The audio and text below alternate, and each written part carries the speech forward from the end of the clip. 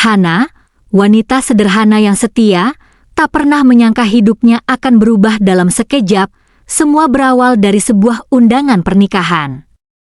Tapi undangan itu bukan milik orang lain. Di sana tertulis jelas nama suaminya sendiri.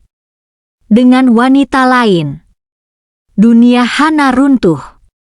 8 tahun pernikahan yang ia jaga dengan cinta, ternyata hanya dianggap permainan. Suaminya, Arman, diam-diam akan menikah lagi tanpa perceraian. Tapi Hana bukan wanita lemah. Ia hadir di pesta pernikahan itu, bukan untuk menangis, tapi untuk membalas dengan elegan. Kisah ini bukan sekadar tentang pengkhianatan, tapi tentang kebangkitan dan pembalasan yang tak terduga. Saat semua orang berpaling, Hana berdiri tegar. Ia menyusun langkah demi langkah yang membuat sang suami hancur oleh perbuatannya sendiri. Balasannya bukan dengan air mata, tapi dengan kejayaan.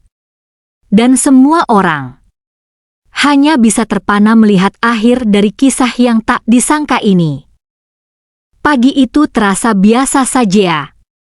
Angin berhembus pelan di sela-sela jendela butik kecil milik Hana.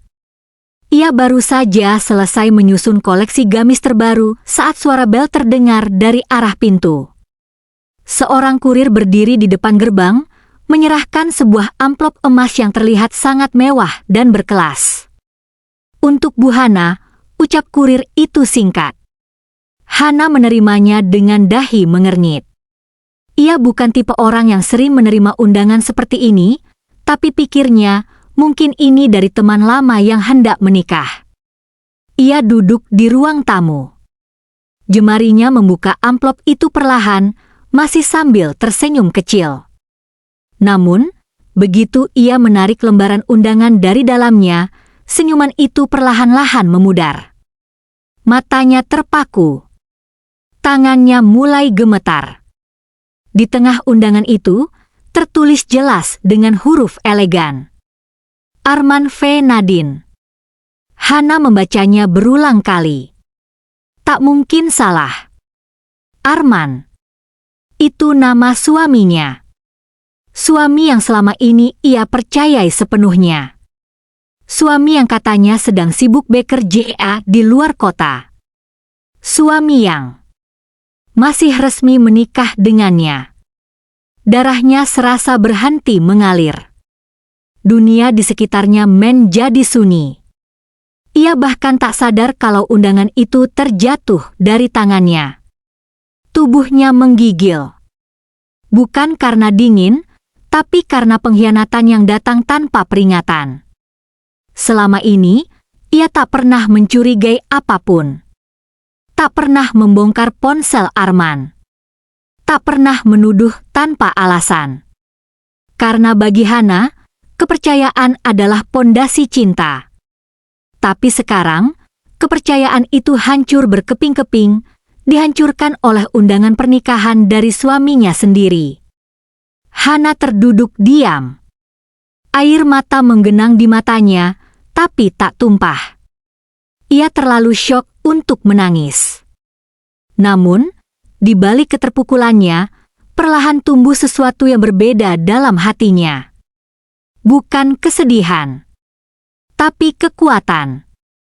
Ia menarik napas panjang, menggenggam undangan itu erat-erat, dan berkata pelan. Kalau ini caramu mengkhianati aku, Arman, maka lihatlah, aku akan bangkit dengan cara yang tidak akan pernah bisa kau lupakan.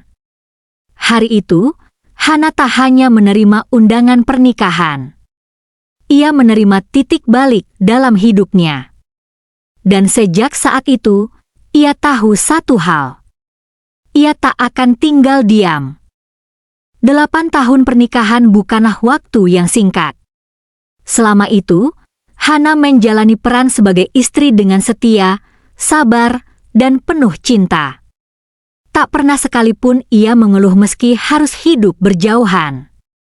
Arman, suaminya, bekerja sebagai kontraktor proyek yang seringkali membuatnya harus keluar kota selama berhari-hari, bahkan berminggu-minggu.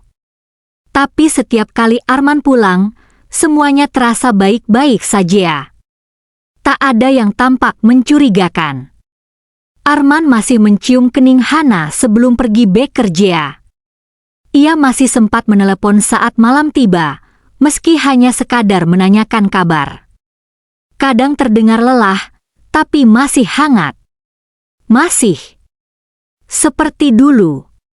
Hana pun tak pernah menuntut banyak. Ia tahu, hidup rumah tangga tidak selalu mudah.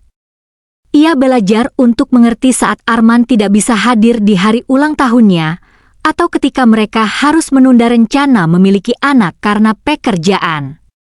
Semua itu ditelannya dengan ikhlas, karena ia percaya Arman adalah pria yang bisa diandalkan. Selama Arman bekerja di luar kota, Hana mengisi hari-harinya dengan mengelola butik kecil di rumah.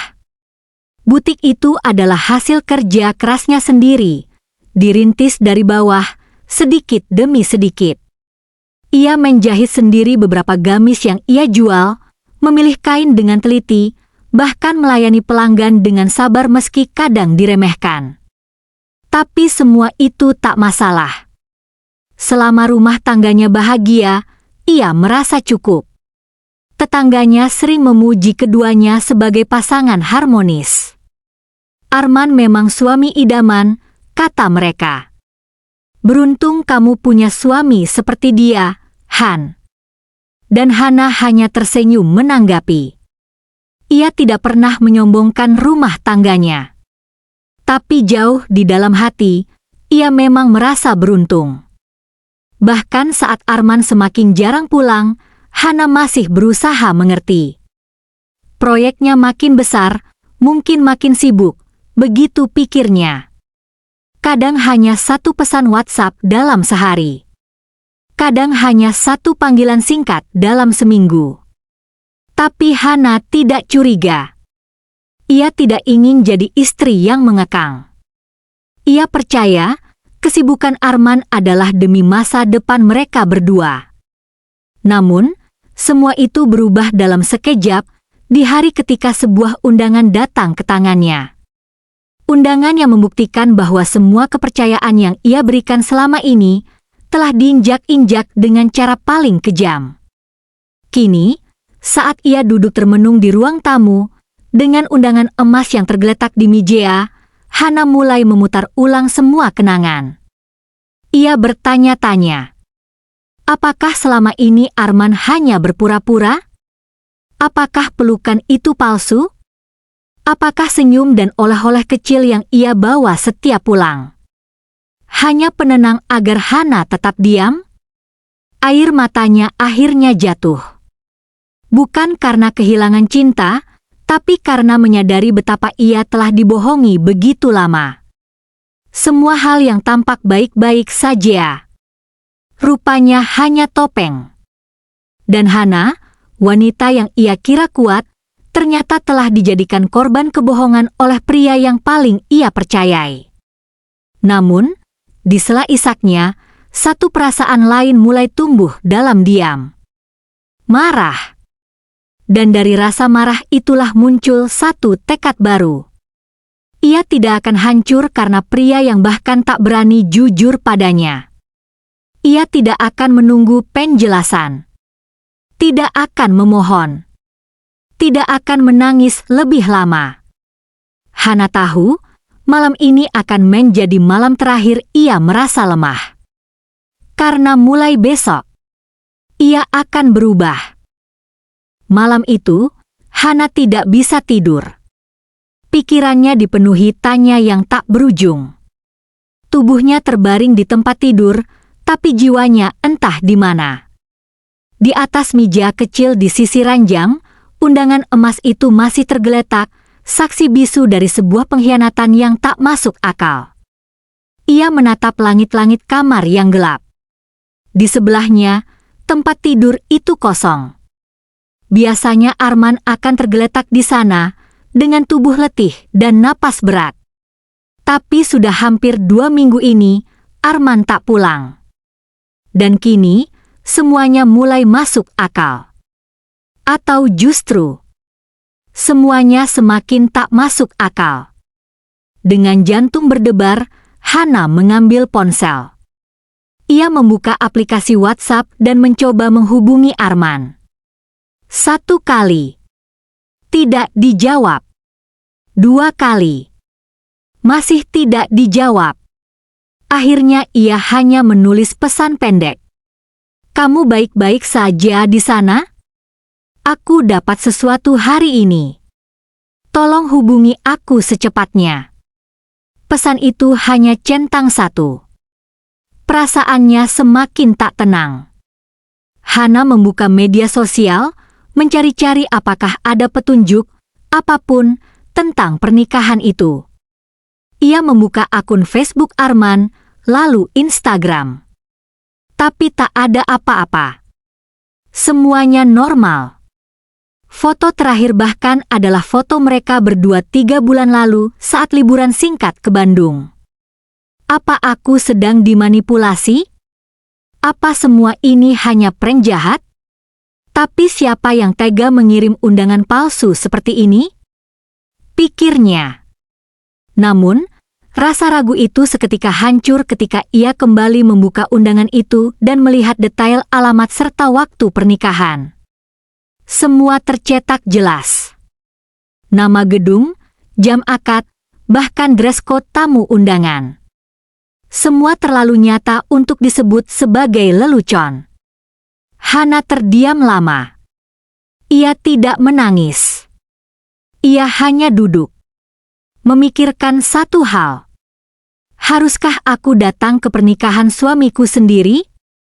Beberapa jam kemudian, menjelang subuh, Hana membuka laptop dan mencari informasi tentang lokasi yang tertera di undangan. Sebuah ballroom mewah di pinggiran kota. Tanggalnya? 2 hari lagi. 2 hari dari sekarang. Arman akan berdiri di pelaminan bersama wanita lain, sementara status pernikahannya dengan Hana masih sah secara hukum dan agama. Air matanya jatuh lagi. Tapi kali ini, bukan karena patah hati. Karena harga diri. Ia merasa diinjak-injak, dianggap tidak ada, disembunyikan seperti aib. Lalu ia bangkit. Tanpa suara, tanpa teriakan. Ia berdiri di depan cermin, menatap wajahnya sendiri yang pucat dan lelah. Tapi di balik sorot matanya yang sayu, perlahan muncul sesuatu yang lebih kuat, api. Kalau dia bisa menikah diam-diam, maka aku juga bisa datang diam-diam. Keesokan harinya, Hana menghubungi sahabat lamanya yang kini bekerja di butik besar di kota. Ia menyewa gaun paling anggun, paling elegan, dengan potongan simpel tapi berkelas. Warna navy gelap dengan aksen silver di bagian leher. Ia ingin hadir bukan sebagai istri yang patah hati, tapi sebagai wanita yang tak bisa diremehkan. Sambil memandangi gaun itu tergantung di lemari, Hana tersenyum kecil. Luka hatinya masih basah, tapi ia memilih untuk berdiri, bukan tenggelam. Ia tahu, tak ada penjelasan dari Arman yang bisa membenarkan ini. Maka ia akan mencari jawabannya. Langsung di tempat pernikahan itu sendiri. Hana tidak ingin membuat keributan. Ia hanya ingin Arman tahu. Ia tidak bisa sembunyi. Dan wanita yang ia hianati bukan wanita biasa. Hari yang ditakuti itu akhirnya tiba. Pagi yang seharusnya biasa, kini terasa dingin dan asing bagi Hana. Matahari bersinar cerah, tapi di dadanya hanya ada badai. Di depan cermin, ia berdiri dalam diam, mengenakan gaun navy elegan yang membingkai tubuhnya dengan sempurna. Rambutnya ditata rapi, make-upnya halus tapi tegas. Untuk pertama kalinya setelah sekian lama, ia berdandan bukan untuk menyenangkan suaminya, tapi untuk mengangkat harga dirinya.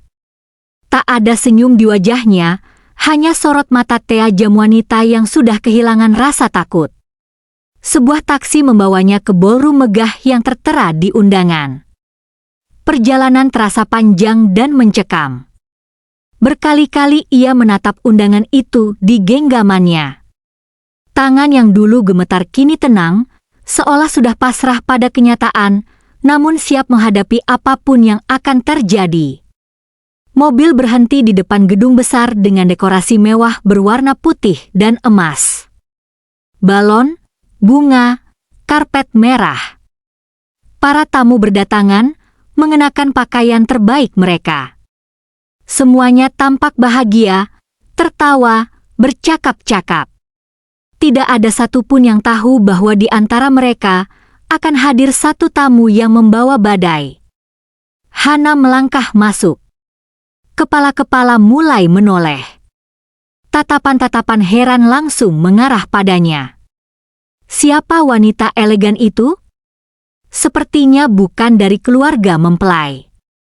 Tapi cara berpakaiannya terlalu mencolok untuk sekadar tamu biasa. Hana tak peduli. Ia berjalan pelan namun pasti. Tumis sepatunya beradu dengan lantai marmer, menciptakan suara ketukan yang tegas, seakan menandai tiap langkah balas dendamnya. Saat memasuki aula utama, ia menatap ke depan. Dan di sanalah ia melihatnya. Arman. Berdiri gagah di pelaminan dengan jas abu-abu muda, tersenyum lebar sambil berbicara dengan MC acara. Di sampingnya, berdiri seorang gadis muda mengenakan gaun putih mewah berkilauan, Nadine, sang mempelai wanita. Darah Hana berdesir deras. Dunia terasa melambat. Suara musik, suara tawa, semua menghilang dari pendengarannya. Yang tersisa hanya detak jantungnya sendiri. Ia tidak mengedip saat menatap Arman. Dan ketika mata mereka akhirnya bertemu, Arman membeku. Senyum di wajahnya hilang seketika. Wajahnya pucat. Matanya melebar. Seperti baru saja melihat hantu. Atau lebih tepatnya, dosa yang selama ini ia sembunyikan. Hana hanya tersenyum tipis. Senyum tenang, tajam, dan penuh makna. Ia tidak perlu berkata apa-apa. Tatapannya sudah bicara lebih dari cukup. Selamat menikah, suamiku. Sayangnya, aku masih istrimu. Arman menoleh ke kanan dan kiri. Ia seperti panik, seperti ingin menghilang dari pelaminan.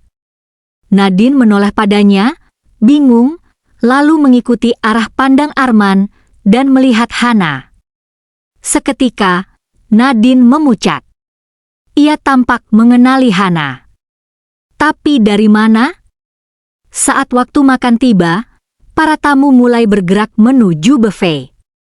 Hana juga bergerak, mengambil minuman dan berdiri di dekat salah satu meja bundar. Tak lama kemudian, seorang wanita anggun menghampirinya.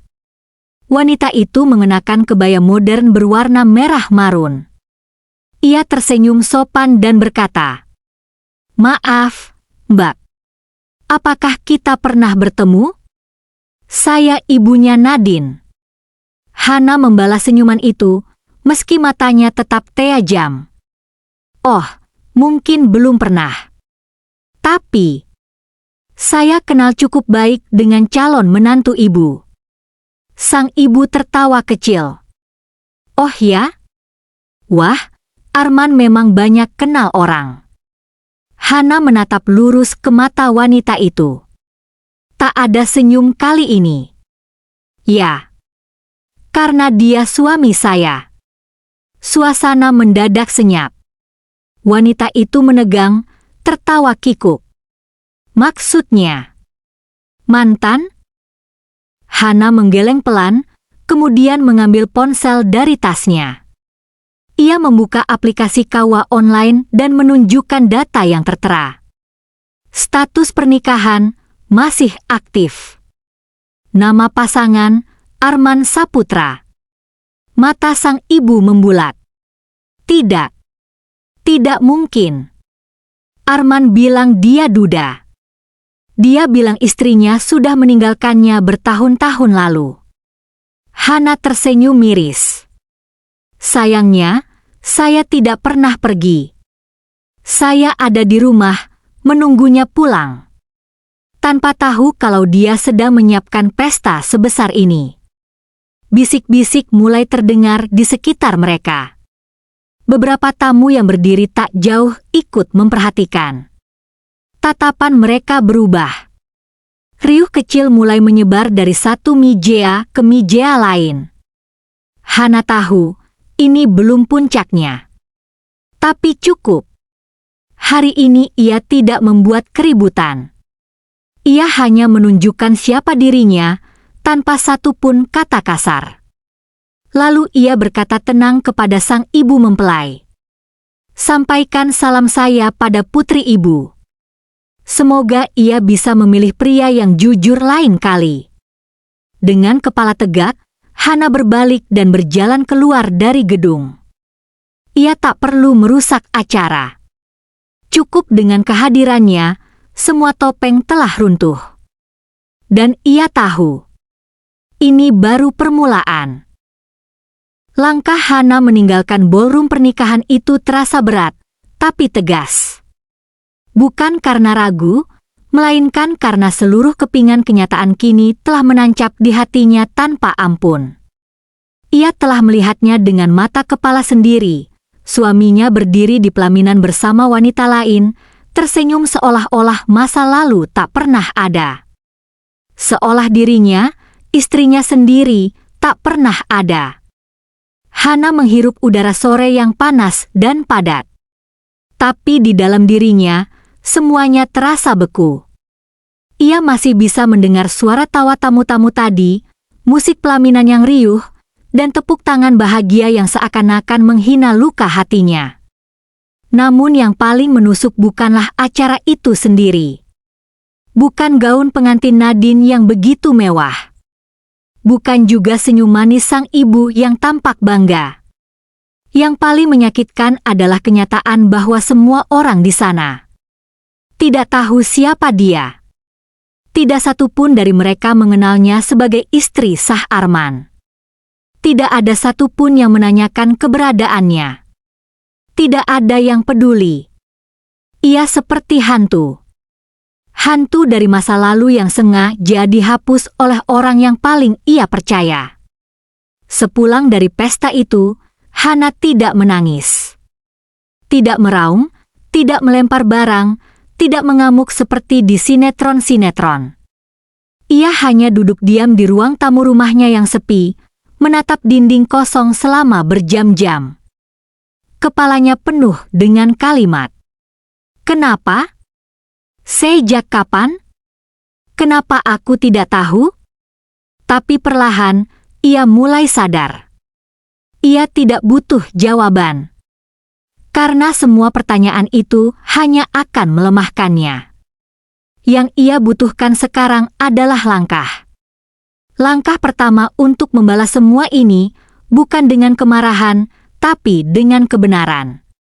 Keesokan harinya, Hana datang ke kantor pengacara langganan sahabatnya dan duduk dengan wajah datar namun tajam. Aku mau gugat cerai. Tapi tidak hanya itu. Aku juga mau menuntut hakku, secara hukum dan secara moral. Sang pengacara terdiam sejenak, lalu bertanya, ada bukti kalau dia menikah lagi tanpa menceraikan kamu dulu? Hana mengangguk. Ia menyerahkan salinan undangan pernikahan dan foto-foto dari acara kemarin. Kalau belum dicatatkan secara resmi di KUA, setidaknya aku bisa buktikan kalau dia melakukan penipuan terhadap keluarga pihak wanita. Sang pengacara mengangguk mantap. Kalau begitu, kita bisa mulai dengan 2 jalur, gugatan cerai dan pelaporan pidana jika dia menggunakan data kamu secara ilegal. Data? Tanya Hana. Kadang, pelaku seperti ini sering pakai nama istri sah untuk menjamin pinjaman atau dokumen bisnis. Kita cek juga itu. Dan benar saja, 2 hari kemudian, setelah pengecekan menyeluruh, terbongkarlah fakta lain yang lebih menyakitkan. Selama ini, Arman telah menggunakan nama dan tanda tangan Hana sebagai penjamin untuk pinjaman proyek senilai ratusan juta rupiah. Ia bahkan menjaminkan butik milik Hana tanpa sepengetahuannya. Darah Hana mendidih. Dia tidak hanya dikhianati secara cinta, tapi juga secara hukum dan keuangan. Di sisi lain, berita mulai menyebar secara perlahan. Dari bisik-bisik tamu yang menyaksikan interaksi Hana dan Ibu Nadine di pesta, kabar itu sampai ke telinga keluarga besar Nadine. Dan reaksi mereka? Ayah Nadine yang dikenal sebagai pengusaha properti langsung memanggil Arman. Dalam ruangan tertutup, suara mija dibanting, makian, dan ancaman terdengar lantang. "Kau menipu kami, Arman. Katamu kau duda, ternyata masih suami orang. Apa kau tahu ini bisa dilaporkan sebagai penipuan?" Arman kalut, tidak bisa bicara apa-apa. Ia tidak menyangka Hana akan muncul, apalagi sampai membongkar semuanya di hari bahagianya. Ia kira Hana akan diam, akan menangis di sudut kamar seperti biasanya. Ternyata tidak. Kali ini, Hana melawan. Dan bukan hanya itu, semua kontrak bisnis yang melibatkan keluarga Nadine kini dibekukan. Investor mulai menarik diri. Proyek besar yang selama ini dibanggakan Arman dibatalkan satu persatu. Di mata rekan-rekannya, Arman kini bukan lagi pria sukses yang penuh koneksi. Ia hanyalah penipu yang mempermalukan diri sendiri di hari pernikahannya. Hana mengikuti semuanya dari jauh. Ia tidak perlu datang dan melihat kehancuran Arman secara langsung. Ia tahu karma sedang bekerja. Tapi itu belum cukup. Karena luka yang ia terima jauh lebih dalam dari sekadar proyek gagal. Dan kini, Hana bersiap melangkah ke bab berikutnya. Ia akan membuktikan bahwa wanita yang diremehkan bisa jadi mimpi buruk bagi pria yang mengkhianatinya. Tak ada yang lebih menggetarkan daripada balas dendam yang dilakukan tanpa suara. Setelah semua topeng runtuh dan wajah Arman terbuka lebar di hadapan publik, Hana memilih langkah berikutnya dengan hati-hati, penuh perhitungan. Ia tahu, jika ingin benar-benar menutup lembaran ini, ia tak bisa hanya menjadi korban yang dikhianati, ia harus jadi wanita yang menang dengan kepala tegak. Hari itu, Hana kembali ke pengacara. Kali ini bukan sekadar mengurus perceraian, tapi mempersiapkan tuntutan gonogini, pembekuan aset bersama, dan pelaporan hukum atas pemalsuan dokumen jaminan atas nama dirinya. Semua bukti disiapkan rapi. Kontrak palsu, fotokopi jaminan pinjaman, tanda tangan yang dipalsukan, dan surat kuasa bodong yang ternyata selama ini digunakan Arman untuk keperluan bisnis. Hana menandatangani berkas laporan sambil berkata pelan, "Aku nggak ingin dia hancur karena aku, tapi karena ulahnya sendiri." Di saat yang sama, dunia Arman mulai runtuh sedikit demi sedikit. Setelah pembatalan kerja sama dari pihak keluarga Nadine, investor lain pun ikut mundur. Ia kehilangan proyek-proyek besar yang selama ini ia banggakan. Bahkan beberapa vendor mulai menuntut sisa pembayaran dan ganti rugi. Semua ini terjadi bahkan sebelum perceraian mereka diputuskan secara resmi. Namun, pukulan terbesar datang dari tempat yang paling tidak ia sangka. Media sosial. Salah satu tamu pesta pernikahan diam-diam merekam momen pertemuan Hana dengan Ibu Nadine saat ia mengaku sebagai istri sah Arman. Video itu diunggah ke TikTok dan viral dalam semalam. Judulnya, "Pak Kupin datang ke nikahan suami sendiri. Ini bukan drama, ini nyata." Komentar meledak. Warganet marah, bersimpati pada Hana, dan mencaci habis Arman. Banyak yang menandai akun bisnis Arman dan menyatakan akan memboikot produknya. Reputasinya hancur bukan karena Hana yang bicara, tapi karena kebenaran yang akhirnya menemukan panggungnya sendiri. Sementara itu, Hana diam-diam bersinar. Tanpa basa-basi, ia menjual butik kecilnya dan menyewa ruang yang lebih besar di pusat kota. Ia mengganti nama usahanya menjadi Hana by H, brand fashion muslimah yang ia rintis dari nol. Ia mulai bekerja sama dengan influencer mode fashion, membuka toko online sendiri, dan tak butuh waktu lama. Namanya mulai dikenal. Ia muncul di podcast-podcast wanita tangguh. Tampil di TV lokal sebagai narasumber yang membagikan kisah hidupnya. Tapi ia tak pernah menjelekkan Arman di depan publik. Yang ia katakan hanya satu. Saat disakiti, kita punya dua pilihan, menangisi atau menyalakan cahaya sendiri. Dan publik mencintainya karena itu. Sampai suatu hari, Arman mencoba menghubunginya. Dengan akun email lama yang pernah mereka pakai bersama. Pesan itu singkat. Aku salah. Aku terlalu rakus. Nadine meninggalkanku. Aku kehilangan semuanya. Maafkan aku, Han. Hana membacanya, lalu menutup laptop dengan tenang. Ia tidak membalas. Ia hanya tersenyum tipis dan melanjutkan pesanan klien yang sudah menunggu. Karena kini, hidupnya bukan lagi tentang Arman. Kini hidupnya adalah tentang dirinya, tentang bangkit, berdiri, dan berjalan lebih tinggi dari sebelumnya. Ia tahu, balas dendam terindah bukanlah membuat seseorang menderita, tapi menunjukkan bahwa kamu tetap bisa bahagia tanpa mereka. Dan Hana telah melakukannya. Dengan elegan. Dengan anggun. Dengan penuh harga diri. Waktu tak pernah bisa menyembunyikan kebenaran selamanya. Meski dibungkus rapi dengan senyuman, gaun mewah, dan pesta penuh pujian, kebohongan tetaplah kebohongan. Dan satu demi satu, semuanya mulai runtuh dari arah yang tak pernah disangka.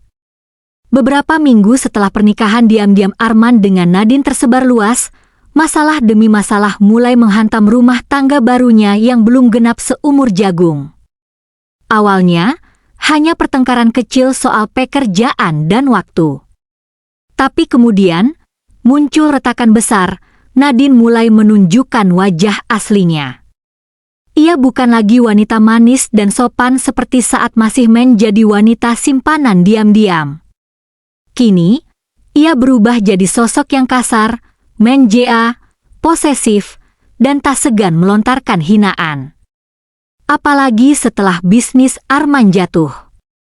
Baginya, cinta bukan lagi alasan yang cukup kuat untuk bertahan. Aku menikah sama kamu karena kamu menjanjikan hidup enak. Bukan buat hidup pas-pasan kayak gini. Teriak Nadine suatu malam. Arman hanya bisa terdiam. Dulu, ia membayangkan pernikahan ini akan menjadi pelariannya dari kejenuhan dan kehidupan sederhana bersama Hana. Nyatanya, ia menggali lubang yang jauh lebih dalam. Namun luka terdalam bukan datang dari pertengkaran mereka. Luka itu datang saat Arman tanpa sengaja membaca pesan WhatsApp Nadine yang belum dihapus. Isi pesannya membuat dunia Arman seolah berhenti berputar. Tenang aja ya, uangnya udah cair dari Arman. Aku transfer ke rekening kamu malam ini. Jangan sampai jejaknya ketahuan. Nama di atas pesan itu, Dito. Laki-laki yang Arman kenal sebagai sepupu jauh Nadine. Ternyata, adalah pacar asli Nadine sebelum pernikahan mereka. Dan lebih parahnya lagi, mereka masih berhubungan hingga hari ini. Darah Arman mendidih. Tapi yang membuatnya benar-benar remuk adalah kenyataan bahwa dirinya hanya dijadikan sumber dana. Ia ditipu, dikuras, dan setelah tak ada lagi yang bisa diambil, ditinggalkan. Nadine benar-benar meninggalkan rumah malam itu. Ia pergi bersama koper dan ponselnya, bahkan tanpa pamit. Ia hanya meninggalkan secari kertas. Terima kasih atas semua yang sudah kamu berikan. Tapi aku nggak bisa hidup dalam kebangkrutan. Arman terduduk di lantai. Dunia yang dulu ia banggakan kini tinggal puing. Kabar itu akhirnya sampai ke keluarga Nadine. Dan ternyata, mereka pun tak tahu bahwa Arman masih berstatus suami sah orang lain saat menikahi putri mereka. Kemarahan pun pecah. Ayah Nadine, seorang pengusaha konservatif dan sangat menjaga kehormatan keluarga, langsung memutus segala hubungan bisnis dengan Arman. Ia merasa tertipu dan dipermalukan di depan publik. Tapi, kemarahan mereka tak berhenti di situ. Sang ibu, yang pernah bertemu langsung dengan Hana saat pesta, mengirim surat pribadi ke Hana, berisi permintaan maaf yang tulus. Kami mohon maaf karena tidak mencari tahu lebih dalam sebelum pernikahan itu terjadi. Nadine melakukan semuanya tanpa sepengetahuan kami. Semoga Ibu Hana mendapat kebahagiaan yang lebih pantas. Surat itu Hana simpan, bukan karena ingin mengingat luka, tapi sebagai pengingat bahwa kebenaran selalu menemukan jalannya. Di sisi lain, kehidupan Hana justru semakin stabil. Bisnis fashionnya meroket, tawaran kerja sama datang silih berganti, dan bahkan ia mulai membuka kelas daring untuk para ibu rumah tangga yang ingin mandiri secara finansial. Ia bukan lagi Hana yang dulu. Dan semua orang melihat itu. Termasuk Arman. Suatu malam, Arman, dalam kondisi terpuruk, berdiri di depan butik Hana. Ia hanya menatap dari jauh, tubuhnya kurus, pakaiannya lusuh, dan matanya sembab. Tapi Hana tak keluar. Ia hanya berdiri di balik tirai, memandang diam-diam, lalu membisikkan dalam hati. Dulu aku mengejarmu, memohon agar kau pulang. Tapi sekarang, aku sadar, aku terlalu berharga untuk dijatuhkan lagi olehmu. Hana tersenyum. Bukan senyum untuk membuktikan siapa menang atau kalah. Tapi senyum seorang perempuan yang tahu, ia telah menang. Atas dirinya sendiri. Di dunia ini, tidak semua luka harus dibalas dengan amarah. Ada luka yang justru menuntun seseorang pada versi terbaik dari dirinya. Begitulah kisah Hana. Ia tak pernah menyangka, undangan pernikahan yang dulu meremukkan hatinya, kini menjadi titik balik yang menuntunnya menuju kehidupan baru. Bukan karena ia ingin membalas dendam, tapi karena ia memutuskan untuk berhenti menggenggam sesuatu yang tak lagi layak dipertahankan. Hidup telah mengajarinya satu hal paling penting. Ketika seseorang memilih meninggalkanmu, jangan kejar. Biarkan dia pergi. Karena kepergiannya bisa jadi adalah cara Tuhan membuka pintu yang selama ini tertutup bagimu. Kini, Hana telah menemukan makna cinta yang sesungguhnya, bukan dari orang lain, tapi dari dalam dirinya sendiri. Ia tak lagi menangisi masa lalu. Ia merayakan hari ini dan menyambut hari esok dengan senyum yang utuh. Sedangkan Arman, ia masih berjalan sendiri, ditemani bayang-bayang yang tak lagi bisa ia perbaiki. Dalam hening, ia akhirnya sadar. Ia tak kehilangan wanita yang sempurna. Ia hanya gagal menghargai wanita yang setia. Tapi waktu tak bisa diputar. Dan Hana telah melangkah terlalu jauh untuk menoleh ke belakang. Kita tak selalu bisa memilih apa yang terjadi pada hidup kita. Tapi kita bisa memilih bagaimana cara kita bangkit. Dan Hana sudah memilih. Menjadi terang. Bukan hanya untuk dirinya, tapi untuk banyak hati yang dulu juga pernah merasa hancur. Karena dari luka terdalam, seringkali tumbuh cahaya yang paling terang.